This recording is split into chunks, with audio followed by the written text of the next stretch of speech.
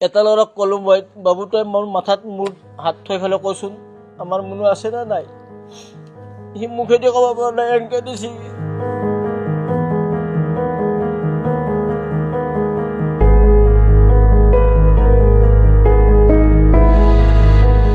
মানে ভাষা নাই। যোৱাকালি হঠাৎ খবৰটো পালোঁ নিশামণি হালৈ দুৰ্ঘটনাত মানে পতিত হৈছে। মোৰ ল'ৰাটোৱে মোক ফোন কৰি ক'লে, দেউতাক ক'ত আছা, যেনেকৈ আছা তেনেকৈ যা। তামোলপুৰ মেডিকেলত চিভিল হস্পিটেলত পৰি আছে, গতিকে তাতে লাগি যা, ময়ো যাই আছোঁ। তাৰপিছত মই কৰ্মসূত্ৰে যোৱা ৰাতি 1:30মান বজালৈকে খোৱাকপুৰত আছিলোঁ, যিহেতুকে আজি বিহু আছিল। মই টেণ্ট হাউচৰো কাম কৰি থাকোঁ, তাত মই কাম কৰি আছিলোঁ।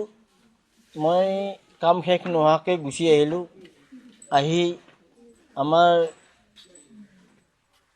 মোৰ ভতিজা, মোৰ ককাইদেউ এজন আৰু আমাৰ সহধৰ্মিনী গীতামণি হালৈ, আমি চাৰিওজনেই গ'লোঁ। বিৰাট বৰষুণ।